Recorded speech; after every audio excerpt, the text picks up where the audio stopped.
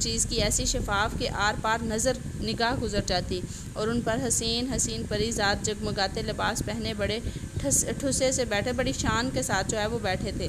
بیچ میں ایک نمگیرے کے ایک نیچے ایک بڑی یاقوت کے تخت پر، جس میں ہیرے اور بننے کی پچی کاری کا کام کیا گیا ہو۔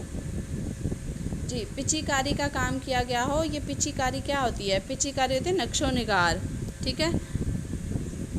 بادشاہ اور بادشاہ بیگم عجیب شان سے بیٹھے ہوئے تھے۔ بادشاہ بیگم کے پہلو میں ایک لڑکی کوئی 14-15 برس کی، چہرہ جیسے 14ویں کا چاند، زلفیں کھلی ہوئی تھی کئی رنگ کے اوپر اور ایسے چمکدار کہ آنکھ نہیں ٹھہرتی تھی۔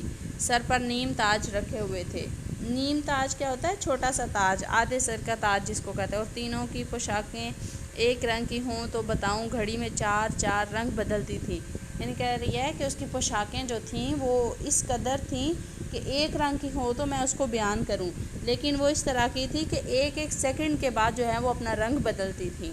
تو یہ تشریح آپ نے اتنی کرنی ہے آج، اور ساتھ آپ نے مضمون کرنا ہے۔ مضمون کون سا کرنا ہے آپ نے؟ ساتھ حب وطن۔ تو حب وطن کیا ہوتا ہے؟